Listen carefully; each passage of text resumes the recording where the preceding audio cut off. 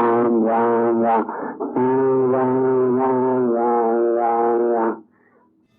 जय गुरुदेव। आइए आज हम सुनेंगे एक प्रसंग जिसमें बाबा जी हम सभी भक्तों को ये समझाएंगे कि कष्ट में कैसे अपने आप को धैर्यता के साथ संभाल कर रखें, और कष्ट ही वो समय होता है जब आपका भरोसा काम आता है।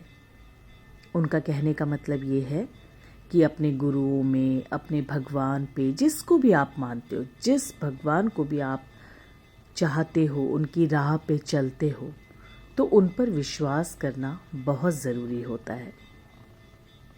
तो हुआ क्या कि एक बार एक सेठ जी कैची धाम आए बाबा जी से मिलने के लिए। बाबा जी जैसे बैठा करते थे वैसे ही अपनी तख्त पर बैठे हुए थे, कंबल ओढ़े हुए थे, और जोशी जी उनके साथ बैठे थे और ये लोग सब गपिया रहे थे आपस में, इनकी बातें चल रही थी, वार्तालाप।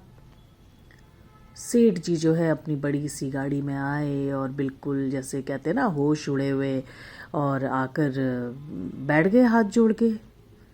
तो बाबा जी तो यूपी के थे, अपनी उसी भाषा में बोला, क्या हुआ, क्या बात है। तो सेठ जी कहने लगे, बाबा जी बहुत कष्ट में हूँ, बहुत कष्ट में हूँ, बिल्कुल निकल नहीं पा रहा हूँ इस कष्ट से, और समझ नहीं आ रहा है करूँ तो करूँ क्या।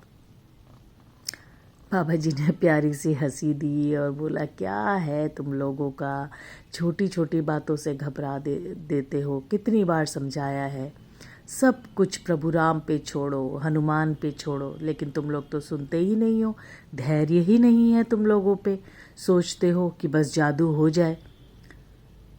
तो सेठ जी लेकिन कुछ सुनने को तैयार नहीं थे। कैची धाम जो पहुंच गए थे, बिल्कुल उसी तरह जैसे कोई छोटा बच्चा अपने माता पिता के आगे बैठकर ये उम्मीद लगा लेता है कि मेरे सारे कष्ट अब बस ख़त्म हैं और इनके पास मेरे कष्टों का निवारण है। बिल्कुल वैसे ही भक्त जन ऐसा ही किया करते थे बाबा जी के साथ, और बाबा जी के अपने तरीके होते थे उनको समझाने के। तो बाबा जी उसे समझा रहे, जोशी जी उसे समझा रहे, लेकिन कहाँ मानना था सेठ जी ने। तो बाबा जी एकदम से उठ खड़े हुए, बोले, चल चल मेरे साथ। और आप विश्वास नहीं करेंगे भक्तजनों कि कैची धाम में, मतलब पहाड़ों में, उस समय बहुत मूसलाधार बरसात हो रही थी। और हम सब जानते हैं कि जब बरसात होती है तो पहाड़ों में कितना डर रहता है, लैंडस्लाइड हो जाती है, पहाड़ टूट के गिरने लगते हैं, पत्थर गिरने लगते हैं। लेकिन बाबा जी ने सेठ जी को बोला, चल निकाल अपनी गाड़ी, चल मेरे साथ। बाबा जी थोड़ा सा ना सीरियस चेहरे के साथ थे, तो सेठ जी की हिम्मत ही नहीं हुई उनसे ये पूछने की कि जाना कहाँ है, और ना ही जोशी जी कुछ पूछ रहे हैं कि जाना कहाँ है बाबा जी। बाबा जी ने आदेश दिया और भाई सब जाके सेठ जी की गाड़ी में बैठ गए। अब बाबा जी ने जो है गाड़ी ड्राइवर को बोला कि चल अल्मोड़ा की तरफ को, उस रोड की तरफ ले ले। ड्राइवर भी जैसा जैसा बाबा जी कह रहे थे चलते चले जा रहे थे, चलते चले जा रहे थे। अब आया रास्ते में घना जंगल और क्या हुआ, जैसा सोचा था वही हुआ। घने जंगल के पास एक बहुत बड़ी लकड़ी गिरी हुई थी, यानी कि पेड़ गिरा हुआ था। तो रास्ता रुक गया, मतलब कि कार उससे आगे नहीं बढ़ पाई। सेठ जी ने कहा, देखो बाबा जी ये क्या हो गया, अब कैसे गाड़ी आगे जाएगी। तो नीम करोली बाबा जी ने कहा, मेरे राम जी सब ठीक करेंगे, मेरे हनुमान जी सब ठीक करेंगे, धैर्य रखो, भरोसा रखो। सेठ जी के मन में शंकाएं भरी पड़ी थी। बाबा जी ने उन सब के साथ कार से नीचे कदम रखा और पैदल पैदल आगे को बढ़ गए। बहुत आगे तक गए और ड्राइवर को छोड़ गए। ड्राइवर भी परेशान कि हे प्रभु, अब गाड़ी कैसे मुड़ेगी, गाड़ी कैसे आगे बढ़ेगी। ये लोग आगे चले गए और एक वहाँ मंदिर था, वहाँ दर्शन वगैरह करके वापस आए। तो देखते क्या है कि फर्स्ट क्लास गाड़ी जो है मुड़ी हुई है और नीचे की ओर आने के लिए तैयार है। सेठ जी बड़े हैरान होते हैं, और बाबा के चेहरे में जैसी मुस्कान थी वैसी मुस्कान आ जाती है। कहते, कहा था ना मैंने, अपने राम पर भरोसा रखो, अपने हनुमान पे भरोसा रखो। तो सेठ जी जो है वो ड्राइवर से पूछते हैं कि भाई ये कैसे हुआ चमत्कार। वो कहते साहब हमें नहीं पता, इतनी बरसात और ऐसे मौसम में भी कहीं से 4-5 यात्रीगण आए और उनसे हमने अपना कष्ट बताया और उन्होंने देखो गाड़ी को मोड़ मार के हमारा सारा ये ठीक करवा दिया और पेड़ भी हटा गए रास्ते से। बाबा जी ने कहा कुछ समझे सेठ जी, और वापस ही कैची धाम को आने लगे। तो जैसे ही कैची धाम को आने लगे तो बारिश और तेज हो गई, इतनी तेज हो गई कि आगे एक छोटी सी कच्ची सी सड़क थी, संकरी सी।